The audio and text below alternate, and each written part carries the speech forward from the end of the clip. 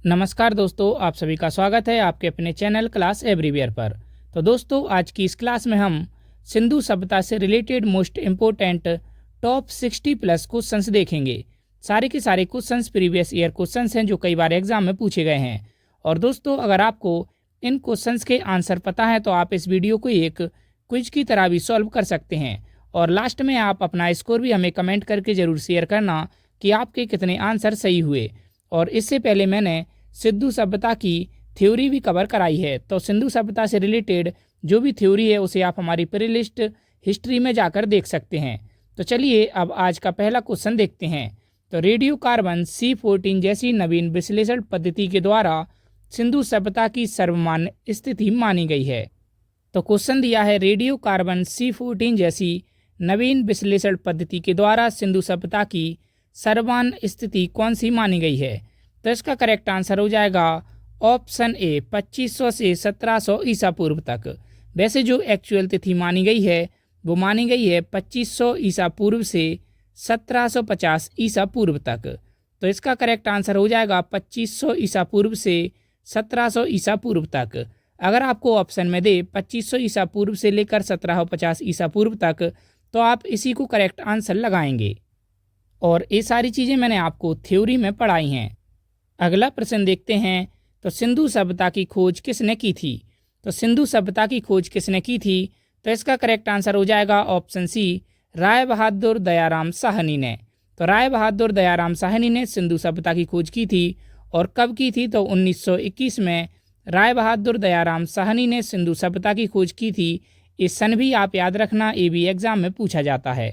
और दोस्तों, क्लास को बनाने में बहुत मेहनत लगती है, तो अगर आपको क्लास पसंद आए तो क्लास को लाइक ज़रूर कीजिए और दोस्तों के साथ और स्टडी ग्रुप्स में शेयर भी ज़रूर कीजिए। और अगर आप हमारे चैनल पर नए हैं तो हमारे चैनल को सब्सक्राइब करके हमारे साथ ज़रूर जुड़ जाइए डेली ऐसी ही वीडियोज़ के लिए। अगला प्रश्न देखते हैं। तो सिंधु सभ्यता के सर्वाधिक पश्चिमी पुरास्थल प्राप्त हुए हैं। तो सिंधु सभ्यता के सर्वाधिक पश्चिमी पुरास्थल प्राप्त कहाँ पर हुए हैं। तो वो हुए हैं दास्क नदी के किनारे स्थित सुतका गैंडोर बलूचिस्तान से। तो ये भी मैंने आपको थ्योरी में पढ़ाया था। जो भी क्वेश्चंस है वो मैं पहले क्लास में कवर करा चुका हूँ। तो आप अपना स्कोर जरूर शेयर करना कि आपका कितना आंसर सही हुआ। अगला प्रश्न देखते हैं। तो सिंधु सभ्यता के सर्वाधिक पूर्वी पुरास्थल प्राप्त हुए हैं। तो सिंधु सभ्यता का सबसे पूर्वी स्थल कौन सा है। तो इसका करेक्ट आंसर हो जाएगा ऑप्शन बी हिंडन नदी के किनारे आलमगीरपुर जिला मेरठ उत्तर प्रदेश। तो सिंधु सभ्यता का सर्वाधिक पूर्वी पुरास्थल प्राप्त हुआ है हिंडन नदी के किनारे आलमगीरपुर जिला मेरठ उत्तर प्रदेश से। अगला प्रश्न देखते हैं। तो सिंधु सभ्यता के सर्वाधिक उत्तरी पुरास्थल कहाँ से प्राप्त हुए हैं। तो सिंधु सभ्यता के सर्वाधिक उत्तरी पुरास्थल कहाँ से प्राप्त हुए हैं। तो इसका करेक्ट आंसर हो जाएगा ऑप्शन सी चिनाव नदी के तट पर अखनूर के निकट मांडा जम्मू कश्मीर से। अगला प्रश्न देखते हैं। तो सिंधु सभ्यता के सर्वाधिक दक्षिणी पुरास्थल कहाँ से प्राप्त हुए हैं। तो सिंधु सभ्यता के सर्वाधिक दक्षिणी पुरास्थल कहाँ से प्राप्त हुए हैं। तो इसका करेक्ट आंसर हो जाएगा ऑप्शन डी गोदावरी नदी के तट पर दाइमाबाद जिला अहमदनगर महाराष्ट्र से। अगला प्रश्न देखते हैं। तो सिंधु सभ्यता या सैंधव सभ्यता किस प्रकार की थी। तो सिंधु सभ्यता या सैंधव सभ्यता किस प्रकार की थी। तो इसका करेक्ट आंसर हो जाएगा ऑप्शन बी नगरीय सभ्यता। तो सिंधु सभ्यता या सैंधव सभ्यता नगरीय सभ्यता थी।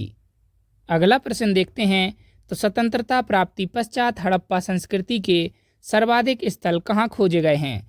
तो स्वतंत्रता प्राप्ति के पश्चात हड़प्पा संस्कृति के सर्वाधिक स्थल कहाँ पर खोजे गए हैं। तो इसका करेक्ट आंसर हो जाएगा ऑप्शन डी गुजरात में। और दोस्तों, अगर आपको इन क्वेश्चंस के आंसर पता है तो आप वीडियो को एक क्विज की तरह सॉल्व कीजिए, जिससे कि आपका रिवीजन हो जाएगा।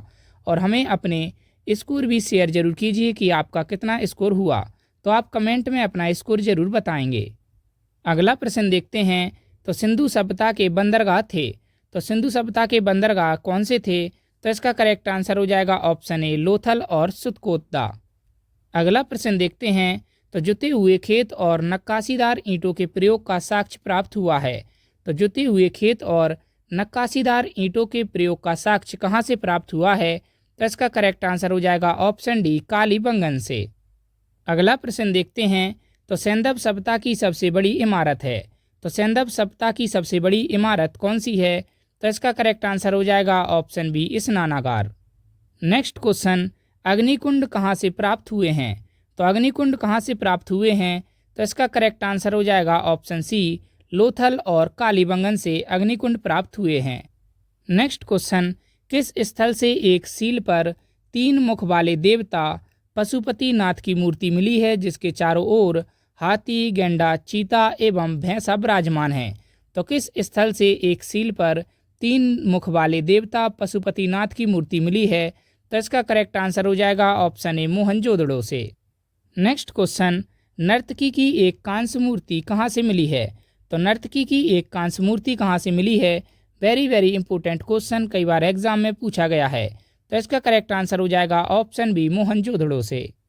नेक्स्ट क्वेश्चन, हड़प्पा की मोहरों पर सबसे अधिक किस पशु का अंकन मिलता है? तो हड़प्पा की मोहरों पर सबसे अधिक किस पशु का अंकन मिलता है? तो इसका करेक्ट आंसर हो जाएगा ऑप्शन सी, श्रृंगी पशु का। नेक्स्ट क्वेश्चन, मनके बनाने के कारखाने मिले हैं? तो मनके बनाने के कारखाने कहाँ से मिले हैं? तो इसका करेक्ट आंसर हो जाएगा ऑप्शन डी, लोथल और चन्हूदड़ो से। नेक्स्ट क्वेश्चन, सिंधु सभ्यता की लिपि है, तो सिंधु सभ्यता की लिपि कैसी है? तो इसका करेक्ट आंसर हो जाएगा ऑप्शन सी, भाव चित्रात्मक लिपि। तो सिंधु सभ्यता की लिपि भाव चित्रात्मक लिपि है। नेक्स्ट क्वेश्चन, सिंधु सभ्यता के लोगों ने नगरों तथा घरों के विन्यास के लिए कौन सी पद्धति अपनाई? तो सिंधु सभ्यता के लोगों ने नगरों तथा घरों के विन्यास के लिए कौन सी पद्धति अपनाई? तो इसका करेक्ट आंसर हो जाएगा ऑप्शन ए, ग्रिड पद्धति। तो ग्रिड पद्धति अपनाई थी सिंधु सभ्यता के लोगों ने नगरों तथा घरों के विन्यास के लिए। नेक्स्ट क्वेश्चन, सैंधव सभ्यता में घरों के दरवाजे और खिड़कियां सड़क की ओर ना खुलकर पिछवाड़े की ओर खुलते थे। इनमें से किस नगर के दरवाजे घरों की मुख्य सड़क की ओर खुलते थे? तो ज़्यादातर जो सैंधव सभ्यता के जो घर थे उनके दरवाजे और खिड़कियां सड़क की ओर नहीं खुलकर पिछवाड़े की ओर खुलते थे। लेकिन कौन सा वह नगर था जिसके दरवाजे घरों के जो दरवाजे थे वह मुख्य सड़क की ओर खुलते थे? तो वो नगर था लोथल। तो लोथल के जो दरवाजे और खिड़कियां थे वह मुख्य सड़क की ओर खुलते थे। नेक्स्ट क्वेश्चन, सिंधु सभ्यता में मुख्य फसल थी, तो सिंधु सभ्यता की मुख्य फसल कौन सी थी? तो इसका करेक्ट आंसर हो जाएगा ऑप्शन ए, गेहूं और जौ। तो सिंधु सभ्यता की मुख्य फसल थी गेहूं और जौ। नेक्स्ट क्वेश्चन, सैंधववासी मिठास के लिए किसका प्रयोग करते थे? तो सैंधववासी मिठास के लिए किसका प्रयोग करते थे? तो इसका करेक्ट आंसर हो जाएगा ऑप्शन सी, शहद का। नेक्स्ट क्वेश्चन, किस स्थल से मिट्टी से बने हल का साक्ष्य मिला है? तो किस स्थल से मिट्टी से बने हल का साक्ष्य मिला है? तो इसका करेक्ट आंसर हो जाएगा ऑप्शन डी, बनमाली से। तो बनमाली से मिट्टी से बने हल का साक्ष्य मिला है। नेक्स्ट क्वेश्चन, चावल के प्रथम साक्ष्य प्राप्त हुए हैं, तो चावल के जो प्रथम साक्ष्य प्राप्त हुए हैं वो कहाँ से हुए हैं? तो वो हुए हैं लोथल से। तो इसका करेक्ट आंसर हो जाएगा ऑप्शन डी। नेक्स्ट क्वेश्चन, सैंधव सभ्यता में तौल की इकाई संभवतः किस अनुपात में थी? तो सैंधव सभ्यता में तौल की इकाई संभवतः किस अनुपात में थी? तो इसका करेक्ट आंसर हो जाएगा ऑप्शन ए, 16 के अनुपात में। नेक्स्ट क्वेश्चन, सैंधव सभ्यता के लोग यातायात के लिए उपयोग करते थे, तो सैंधव सभ्यता के लोग यातायात के लिए किसका उपयोग करते थे? तो इसका करेक्ट आंसर हो जाएगा ऑप्शन सी, ए व बी दोनों। तो सैंधव सभ्यता के लोग यातायात के लिए 2 पहियों वाली बैलगाड़ी या भैंसा गाड़ी और 4 पहियों वाली बैलगाड़ी या भैंसा गाड़ी का उपयोग करते थे। नेक्स्ट क्वेश्चन, मेसोपोटामिया के अभिलेखों में वर्णित मेलुहा शब्द का अभिप्राय है, तो मेसोपोटामिया के अभिलेखों में वर्णित मेलुहा शब्द का अभिप्राय किससे है? तो इसका करेक्ट आंसर हो जाएगा ऑप्शन सी, सिंधु सभ्यता से। नेक्स्ट क्वेश्चन, हड़प्पा एवं मोहनजोदड़ो को एक विस्तृत साम्राज्य की जुड़वा राजधानी किसने कहा है? तो हड़प्पा एवं मोहनजोदड़ो को एक विस्तृत साम्राज्य की जुड़वा राजधानी किसने कहा है? तो इसका करेक्ट आंसर हो जाएगा ऑप्शन ए, पिग्गट ने। तो पिग्गट ने कहा है हड़प्पा एवं मोहनजोदड़ो को एक विस्तृत साम्राज्य की जुड़वा राजधानी। नेक्स्ट क्वेश्चन, सिंधु सभ्यता के लोग धरती को किसकी देवी मानकर उसकी पूजा किया करते थे? तो सिंधु सभ्यता के लोग धरती को किसकी देवी मानकर उसकी पूजा किया करते थे? तो इसका करेक्ट आंसर हो जाएगा उर्वरता की देवी। तो उर्वरता की देवी मानते थे सिंधु सभ्यता के लोग धरती माता को। नेक्स्ट क्वेश्चन, स्वास्तिक चिन्ह संभवतः किस सभ्यता की देन है? तो स्वास्तिक चिन्ह संभवतः किस सभ्यता की देन है? तो इसका करेक्ट आंसर हो जाएगा ऑप्शन बी, हड़प्पा सभ्यता की। नेक्स्ट क्वेश्चन, पशुओं में सिंधु सभ्यता के लोगों के लिए विशेष पूजनीय था। तो पशुओं में सिंधु सभ्यता के लोगों के लिए जो विशेष पूजनीय पशु था वो कौन था? तो इसका करेक्ट आंसर हो जाएगा ऑप्शन सी, कुबड़ वाला सांड। नेक्स्ट क्वेश्चन, सिंधु सभ्यता में स्त्री मृण मूर्तियां, मिट्टी की मूर्तियां अधिक मिलने से ऐसा अनुमान लगाया जाता है कि सिंधु समाज था। तो इसका करेक्ट आंसर हो जाएगा ऑप्शन ए, मात्र सत्तात्मक। तो सिंधु जो समाज था वो कैसा था? वो था मात्र सत्तात्मक। नेक्स्ट क्वेश्चन, सिंधु घाटी के लोग इनमें से किससे परिचित नहीं थे? तो सिंधु घाटी के लोग इन चारों ऑप्शन में से किससे परिचित नहीं थे? तो इसका करेक्ट आंसर हो जाएगा ऑप्शन सी, तलवार से। और बाकी शहद, घोड़ा और आग, इन तीनों चीज़ों से सिंधु घाटी के लोग परिचित थे। नेक्स्ट क्वेश्चन, एकमात्र हड़प्पाकालीन स्थल कौन सा है जिसका निचला शहर सामान्य लोगों के रहने हेतु भी किले से घिरा हुआ था? तो एकमात्र हड़प्पाकालीन स्थल कौन सा है जिसका निचला शहर सामान्य लोगों के रहने हेतु भी किले से घिरा हुआ था? तो इसका करेक्ट आंसर हो जाएगा ऑप्शन ए, कालीबंगन। नेक्स्ट क्वेश्चन, कालीबंगन का अर्थ है। तो कालीबंगन का क्या अर्थ है? तो इसका करेक्ट आंसर हो जाएगा ऑप्शन डी, काली चूड़ियाँ। तो कालीबंगन का अर्थ है काली चूड़ियाँ। नेक्स्ट क्वेश्चन, सिंधु सभ्यता में प्रचलित थी। तो सिंधु सभ्यता में क्या प्रचलित थी इनमें से? तो इसका करेक्ट आंसर हो जाएगा ऑप्शन ए, पर्दा प्रथा। तो सिंधु सभ्यता में पर्दा प्रथा प्रचलित थी। नेक्स्ट क्वेश्चन, सिंधु सभ्यता में कौन सी प्रथाएं प्रचलित थीं? तो सिंधु सभ्यता में कौन सी प्रथाएं प्रचलित थीं? तो इसका करेक्ट आंसर हो जाएगा ऑप्शन सी, दोनों। तो सिंधु सभ्यता में शवों को जलाने और शवों को गाड़ने, ये दोनों प्रथाएं प्रचलित थीं। नेक्स्ट क्वेश्चन, सिंधु सभ्यता के विनाश का संभवतः सबसे प्रभावित कारण कौन सा था? तो सिंधु सभ्यता के विनाश का सबसे प्रभावित कारण कौन सा था? तो इसका करेक्ट आंसर हो जाएगा ऑप्शन सी, बाढ़।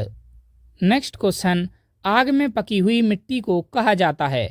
तो आग में पकी हुई मिट्टी को क्या कहा जाता है? तो इसका करेक्ट आंसर हो जाएगा ऑप्शन ए, टेराकोटा। तो आग में पकी हुई मिट्टी को टेराकोटा कहा जाता है। नेक्स्ट क्वेश्चन, हड़प्पा जिसकी वर्तमान स्थिति पाकिस्तान का मोंटगोमरी जिला है, यह किस नदी के किनारे अवस्थित है? तो इसका करेक्ट आंसर हो जाएगा ऑप्शन ए, रावी नदी के किनारे।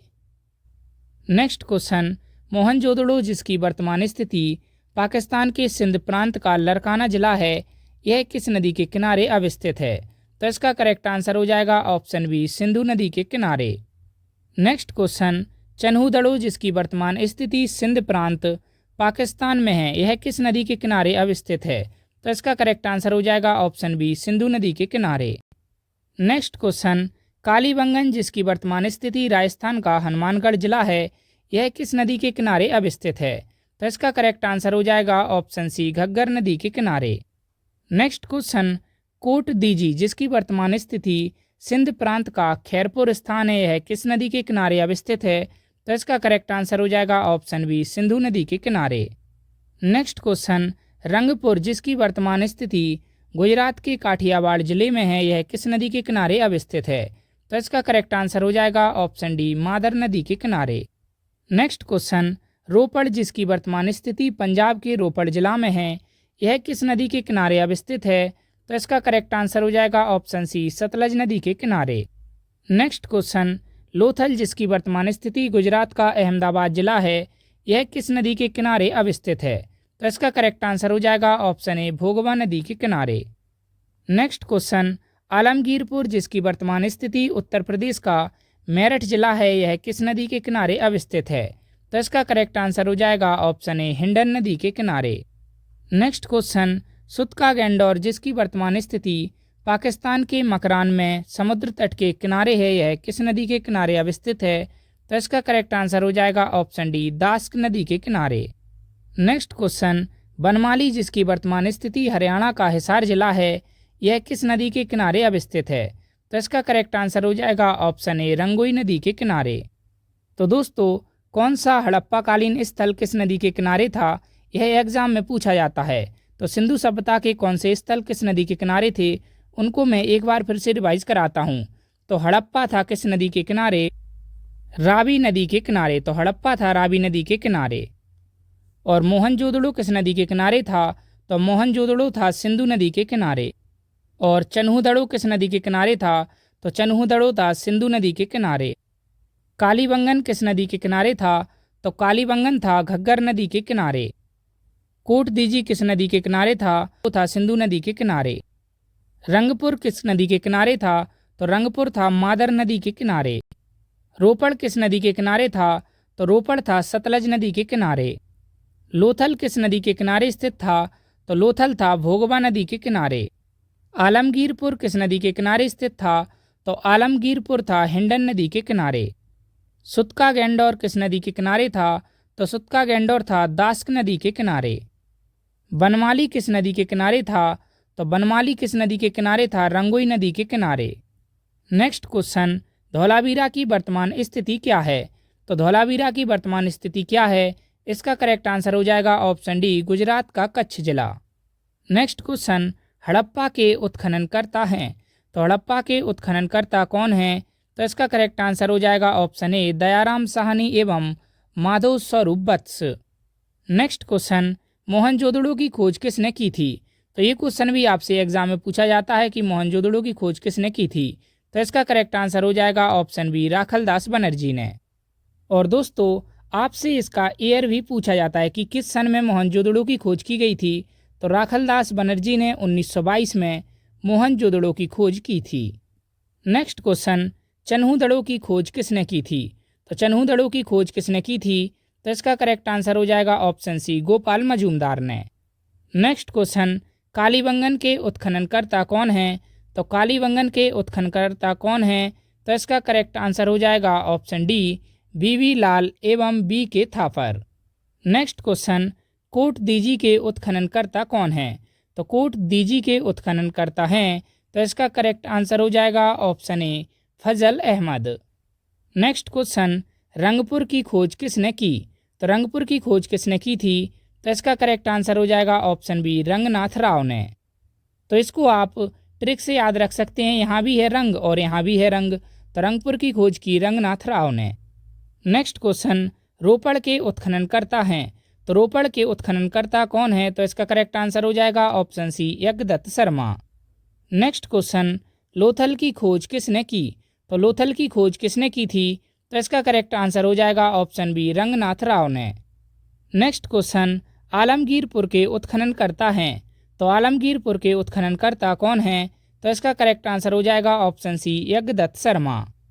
नेक्स्ट क्वेश्चन, सुतका गैंडोर की खोज किसने की थी? तो सुतका गैंडोर की खोज किसने की थी? तो इसका करेक्ट आंसर हो जाएगा ऑप्शन डी, ऑरेंज स्टाइल और जॉर्ज डेल्स ने। नेक्स्ट क्वेश्चन, बनमाली और धौलावीरा की खोज किसने की? तो बनमाली और धौलावीरा की खोज किसने की थी? तो इसका करेक्ट आंसर हो जाएगा ऑप्शन डी, रविंद्र सिंह बिष्ट ने। नेक्स्ट क्वेश्चन, हड़प्पा की खोज कब हुई थी? तो हड़प्पा की खोज कब हुई थी? तो इसका करेक्ट आंसर हो जाएगा ऑप्शन ए, 1921 में। नेक्स्ट क्वेश्चन, मोहनजोदड़ो की खोज कब हुई थी? तो मोहनजोदड़ो की खोज कब हुई थी? तो इसका करेक्ट आंसर हो जाएगा ऑप्शन बी, 1922 में। और स्टार्टिंग में ही मैं आपको बता चुका हूं कि हड़प्पा और मोहनजोदड़ो की खोज कब हुई थी। यह दोनों ही ईयर आपसे एग्जाम में पूछी जाती हैं। नेक्स्ट क्वेश्चन, चन्हूदड़ो की खोज कब हुई थी? तो चन्हूदड़ो की खोज कब हुई थी? तो इसका करेक्ट आंसर हो जाएगा ऑप्शन सी, 1931 में। नेक्स्ट क्वेश्चन, कालीबंगन एवं कोटदीजी की खोज कब हुई थी? तो कालीबंगन एवं कोटदीजी की खोज कब हुई थी? तो इसका करेक्ट आंसर हो जाएगा ऑप्शन डी, 1953 में। नेक्स्ट क्वेश्चन, नर्तकी की एक कांस्य मूर्ति कहाँ से मिली है? तो दोस्तों, ये आपके लिए होमवर्क क्वेश्चन है कि नर्तकी की कांस्य की मूर्ति कहाँ से मिली है। इसका आंसर आप हमें कमेंट में ज़रूर देना और आप अपना फीडबैक भी कमेंट में ज़रूर देना कि क्लास आपको कैसी लगी। अच्छी लगी हो तो क्लास को लाइक ज़रूर करना और दोस्तों के साथ और स्टडी ग्रुप्स में शेयर भी ज़रूर कर देना। और अगर आप चैनल पर नए हैं तो हमारे चैनल को सब्सक्राइब करके हमारे साथ ज़रूर जुड़ जाना। डेली ऐसी ही टॉपिक वाइज जीके की वीडियोज़ के लिए धन्यवाद।